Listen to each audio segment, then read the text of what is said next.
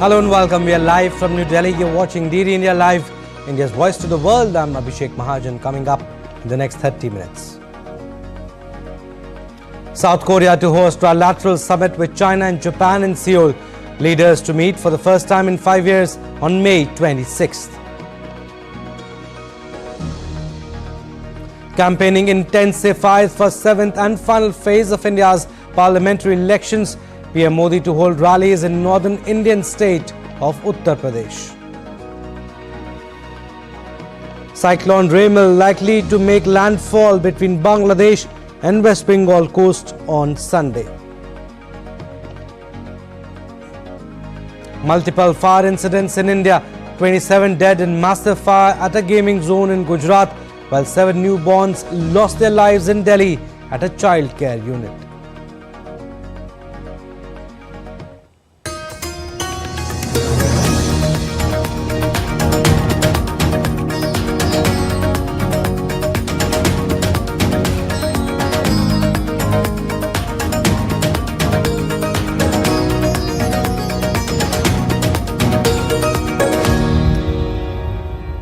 News in detail now. Leaders from South Korea, China and Japan will begin their first trilateral summit since 2019 in South Korea's capital Seoul on Sunday.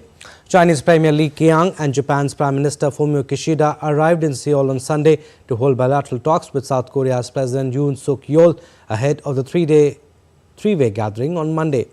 The three nations will address disputes and cooperation and adopt a joint statement on wide-ranging topics including economy, science and technology. Now, Taiwan President Lai Ching-te again offered talks with China on Sunday following 2 days of Chinese war games near the island, saying he looked forward to enhancing mutual understanding and reconciliation. China, which views democratically governed Taiwan as its own territory, carried out the military drills on Thursday and Friday, saying it was punishment after Lai's inauguration speech on Monday, which Beijing called another push for the island's formal independence. China has repeatedly lambasted Lai, saying he is a separatist. Lai rejects Beijing's sovereignty claims and says only Taiwan's people can decide their future. He has repeatedly offered talks but been rebuffed. And people in the United States will be heading to vote in less than 6 months to pick their next president. It's a likely rematch between Democratic incumbent Joe Biden and Republican former leader Donald Trump. Recent polls suggest that it is a close race, but Trump may be fractionally ahead. A second Trump administration could bring dramatic change globally in areas like climate policy, immigration and US involvement in security internationally. DD India's Caroline Malone reports from Washington. Donald Trump has laid out what his priorities would be if he wins a second term, including deporting migrants crossing the border illegally, which he often calls an invasion, and by militarizing the border. In response to a question in a Time magazine article about it, he said, "I think the National Guard would be able to do that. If they weren't able to, then I'd use the military." To make America great again. Trump still says that he won the last election, and many supporters say they believe him, a lie that led to large crowds amassing on Capitol Hill on January 6, 2021, some rioting. The former leader says he's considering pardons for people convicted over it. On foreign policy, Trump in his last presidency pushed NATO members to commit a minimum of 2% of their GDP to defence spending. 20 out of 32 nations have committed to, and are focused on supporting Ukraine in its war against Russia. But Trump has also threatened not to support NATO allies that don't meet the military alliance's spending target, and rather encourage Russia to do whatever the hell they want. Trump has said several times that he would stop support for Ukraine on day one of his presidency. His take on Ukraine is one that happens to be very close to that of the Kremlin, which is that Ukraine is not a real country, is run by corrupt hard-right nationalists who are not worth supporting. I don't think that is necessarily the subject of 100% consensus, even within the hard right wing of the Republican Party. But the president taking this position would have a great weight. Trump has also called climate science into question. During his last presidency, he pulled the US out of the Paris Agreement capping carbon emissions. He's being investigated by lawmakers for requesting $1 billion in campaign funds from top oil and gas executives, who he hosted for dinner while talking about reducing tax on the energy sector. Taking over institutions using taxpayer money to do it. The Heritage Foundation is a Washington think tank that has created a playbook for a second Trump presidency, including replacing many civil servants with loyalists of the Republican leader. Some of Trump's allies have far-right views, including House Freedom Caucus policy chair and Texas Congressman Chip Roy, who's spoken out against government funding of the Department of Justice, as it's running 2 criminal cases against Trump on attempts to overturn the election and retaining classified documents. $40 billion for the Department of Justice, which is continuing to carry out attacks on former President Trump and engage in lawfare to undermine all of our system of rule of law and to target the former president. 2 other cases against Trump include the ongoing New York trial in which he is charged with falsifying business records to cover up hush money payments, and in Georgia, a delayed case over his attempts to overturn the last election. How Trump acts if he gets into the White House again may also depend on how the Supreme Court rules on presidential immunity. They're due to give an opinion at the end of June. Trump has implied if he gets into power again and he's found not immune from prosecution, then he may go after his rivals. Caroline Malone in Washington for DD India. Now, Lithuania holds presidential elections on Sunday, with incumbent Gitanas Nausėda expected to win after a campaign dominated by security concerns in the post-Soviet state. Nausėda, a former senior economist who is not affiliated with any party, won the first round of the election on May 12th with 44% of the vote, short of 50% he needed for an outright victory. He is running against Prime Minister Ingrida Šimonytė from the ruling centre-right Homeland Union Party that has been trailing in opinion polls. She was the only woman out of 8 candidates in the first round and came second with 20%. It will be the second time the two have competed in a presidential runoff. In 2019, Nausėda beat Šimonytė with 66% of the votes. Now, latest in the New Caledonia unrest, the first evacuation flight for tourists stranded in France's Pacific territory of New Caledonia took off Saturday. The international airport in the capital, Nomia, has remained closed for more than a week, and all commercial flights have been cancelled due to the unrest until at least Tuesday. The tourists departed Saturday from the Magenta airfield in Nomia aboard military aircraft headed for Australia and New Zealand. Australia and New Zealand had already begun repatriating their nationals on Tuesday. The situation has been gradually easing for many people trapped in the territory that has been shaken since May 13 by riots over planned voting reforms.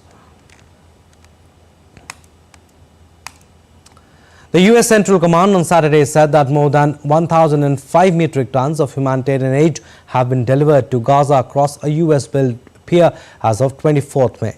The aid transported from Cyprus is being inspected by Israel before reaching the pier. The pier operation is estimated to cost $320 million and involve 1,000 US service members.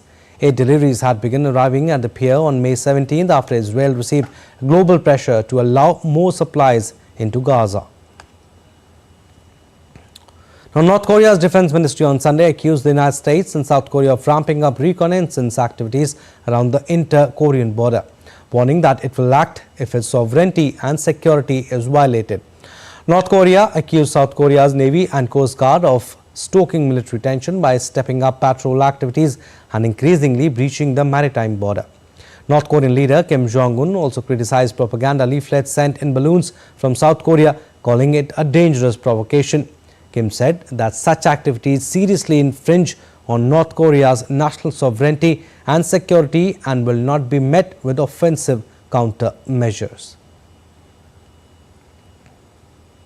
The cyclonic storm Remal that brewed over the North Bay of Bengal has intensified into a severe cyclonic storm. This is the first cyclone in the Bay of Bengal this pre-monsoon season. A low-pressure system initially detected in the Bay of Bengal on May 22 has strengthened into a more significant depression currently positioned in the central Bay of Bengal. It will intensify into a severe cyclonic storm in the next 6 hours and cross between Bangladesh and adjoining Bengal coast around midnight. A storm surge of up to 1.5 meters is likely to inundate low-lying areas of coastal West Bengal and Bangladesh at the time of landfall of Cyclone Remal. A red alert has been issued for the coastal districts of South and North 24 Parganas in West Bengal for Sunday and Monday, where extremely heavy rain is expected in some areas. An orange alert is also in place for Kolkata and Odisha. The Weather Office has advised fishermen not to venture into the sea in the North Bay of Bengal until the morning of Monday. Several flights have also been suspended due to the havoc.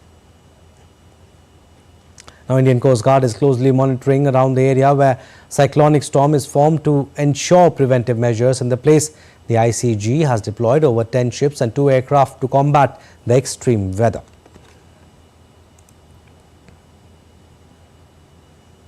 The Indian Met Department has predicted that rainfall will evade certain states in India even as heat waves continue to raise the temperatures. Several northwestern states reel under scorching heat, keeping mercury level above 40 degrees Celsius. And now the Weather Department has said that the red alert for severe heat wave is likely to continue until May 29th. According to IMD's rain forecast, Punjab, Haryana, Chandigarh, Delhi, Uttar Pradesh and Rajasthan will not witness any rain until May 31st. Meanwhile, Kerala, Lakshadweep and coastal Karnataka are expected to experience widespread light to moderate rainfall accompanied by thunderstorms, lightning and gusty winds. In a historic win for India, Payal Kapadia's All We Imagine has light back the Grand Prix, the second highest award at the Cannes Film Festival on Saturday night. The film, the story of 2 Kerala nurses living in contemporary Mumbai, was the first Indian film in 30 years to compete in the main competition at Cannes. It stars Indian actors Kani Kushruti, Divya Prabha and Chaya Kadam. The only Indian film to ever win the Palme d'Or, then known as Grand Prix du Festival International du Film, is Chetan Anand's Nicha Nagar in the year 1946.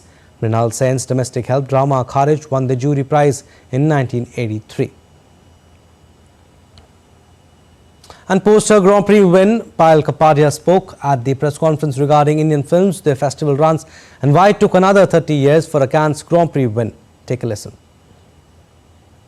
There are interesting films being made in India and I'm only a product of that because there is a lot of films, lot of interesting filmmakers, such variety of work in all languages that is taking place. Not just Bollywood, like every state has a strong film industry and it's just that we've been around for a long time. It's just that for some reason it took 30 years to be selected, but I think that there's just amazing work going on in our country.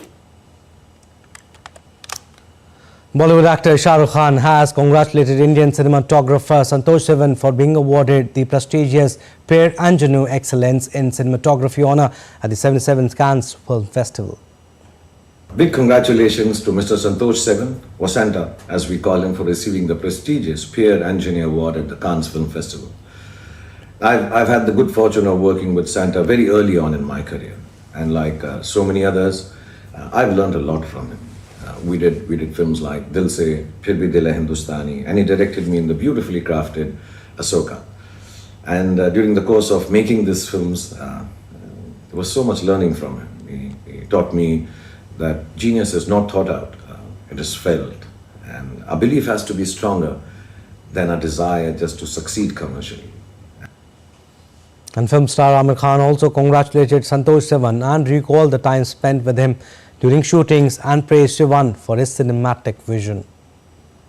Santosh and I worked together when I was doing my second film. It was called Raak, and he was, I think it was his first film if I'm not mistaken. But in any case, it was towards the beginning of both our careers, and I remember what a joy it was working with Santosh. He's someone who's, he's a great DOP. What I love about him is that he's really good at what he's doing. So he takes, 1/10 the time that other DOPs take to get to the same place. And the Pierre Ingenue Excellence in Cinematography Award, introduced in 2013, honors outstanding contributions to the field of cinematography. Santosh Sivan's recognition is particularly noteworthy as he is the first Asian to receive the accolade, joining the ranks of legendary cinematographers like Edward Lachman, Agnes Goddard, Barry Ackroyd and Roger Deakins. Because cinematography is without language or as a universal language. From there I shifted to Tamil cinema, then to All right, still to come on this edition of DD India Live.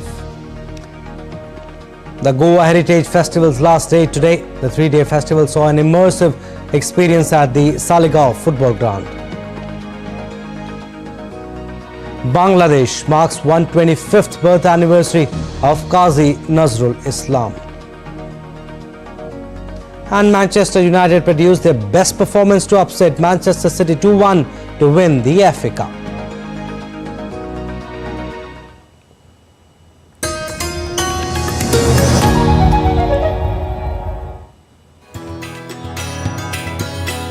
You have spearheaded some unprecedented conflict resolution movements across the world. Dialogue is the only way. Unless people sit across the table, understand each other. What's this unflinching faith in the women of India? You know, from our mythology, if you see, all the important portfolios are all given to women. India's way forward? India's way forward. What is the India way? India is unstoppable if you keep going ahead and be part of it.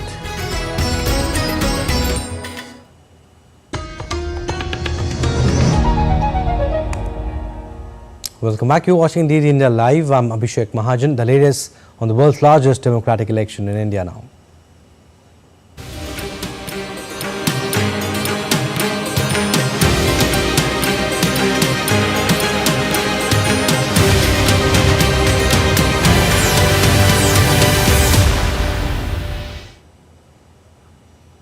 The penultimate phase, sixth phase of the great Indian democratic election concluded at 6 p.m. on Saturday. The 58 seats across 6 states and 2 union territories recorded 60% voter turnout. According to the Election Commission, till 10:30 p.m. Indian Standard Time, West Bengal recorded the highest turnout with 78.27%, and it went beyond 80% early morning in Jharkhand and 61.84% in Odisha, 63.56% in Jharkhand. Several politicians and prominent personalities cast their votes in the sixth phase of the Lok Sabha polls on Saturday. Overall, 889 candidates were in the fray in this phase. The key candidates include Bharatiya Janata Party leaders Dharmendra Pradhan from Odisha, Sambalpur, Manoj Tiwari on North East Delhi seat, Menka Gandhi from Sultanpur and Manohar Lal Khattar from Karnal. The Congress Party's prominent candidates in the fray are Kanhaiya Kumar on North East Delhi and Raj Babbar from Gurgaon. And campaigning has intensified for the 7th and final phase of Lok Sabha polls.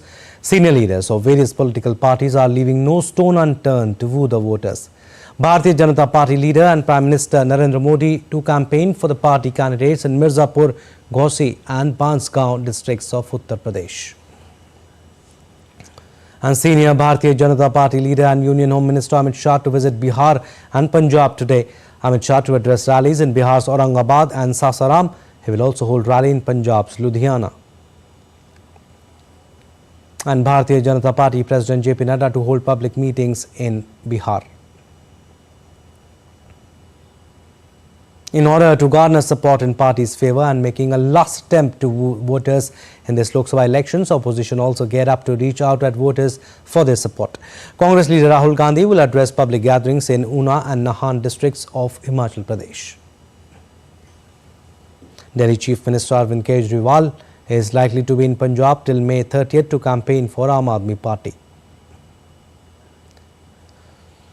At least 27 people died after a fire broke out at a gaming zone in West Indian state of Gujarat on Saturday. Chief Minister Bhupendra Patel visited the accident site on Sunday morning. He also met the victims at the hospital. The state government has also announced 4 lakh rupees compensation for the families of the deceased, while 50,000 rupees for injured. A special investigation team has also been set up to find out the cause of the fire. India's External Affairs Minister Dr. S. Jaishankar also expressed grief at the loss of life. India's Prime Minister Narendra Modi expressed grief over the loss of lives in Rajkot fire zone incident. Taking to X, PM Modi said, "Extremely distressed by the fire mishap in Rajkot. My thoughts are with all those who have lost their loved ones. Prayers for the injured." The local administration is working to provide all possible assistance to those affected.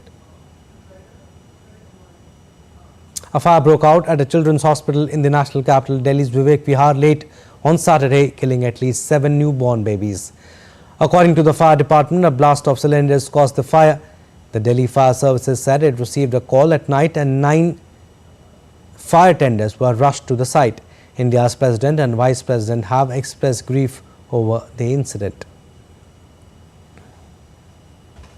And India's Prime Minister Narendra Modi took to platform X to express his grief over the Delhi hospital fire incident. He said, and I quote him, "The fire tragedy at a hospital in Delhi is heart-rending.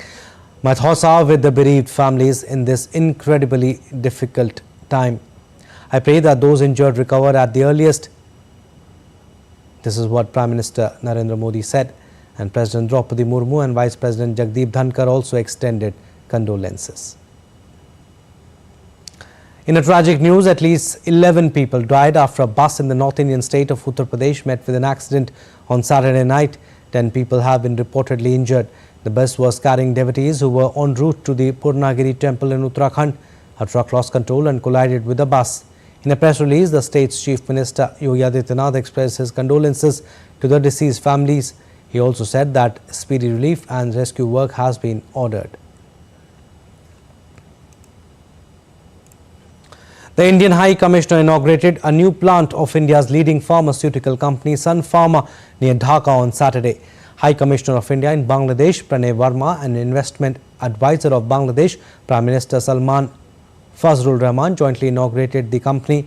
This is the company's second investment in Bangladesh with a production capacity of over 1 billion tablets and capsules per year.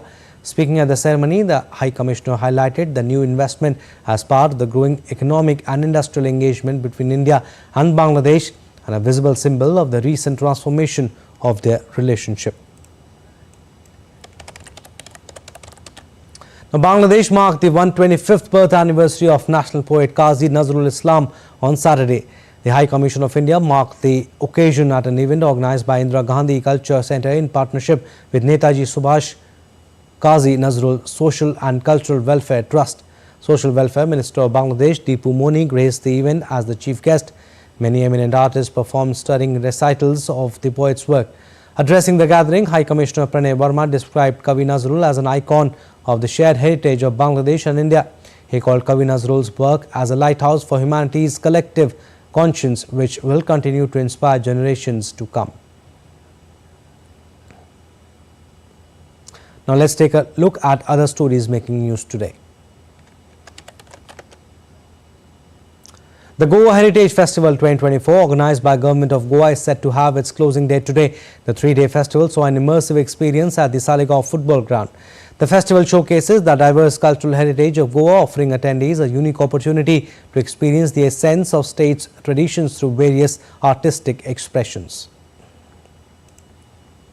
Hundreds of thousands of devotees thronged the Vaikasi Brahmotsavam chariot pulling festival in Sri Vardharaj Perumal temple in South Indian state of Tamil Nadu.